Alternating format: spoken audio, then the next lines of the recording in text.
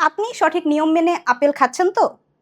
আপেলের অনেক উপকারী গুণ থাকা সত্ত্বেও শুধুমাত্র সঠিক নিয়মে না খাওয়ার ফলে ব্লাড সুগার লেভেল নিয়ন্ত্রণে থাকার বদলে উল্টো বেড়ে যায়।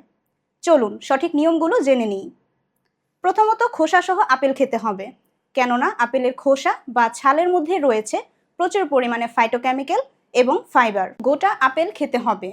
আপেলের জুস খেলে সেখানে অ্যাডিটিভ হিসেবে সুগার থাকে, যা ব্লাড গ্লুকোজ লেভেলটাকে বাড়িয়ে দেয়।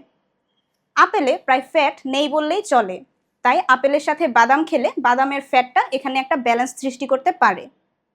এছাড়া গবেষণায় দেখা গেছে লাল আপেলের তুলনায় সবুজ আপেলে সুগারের পরিমাণ কম থাকে, তাই ডায়াবেটিস নিয়ন্ত্রণে রাখতে আপনার খাদ্য তালিকায় সবুজ আপেল রাখতে পারেন।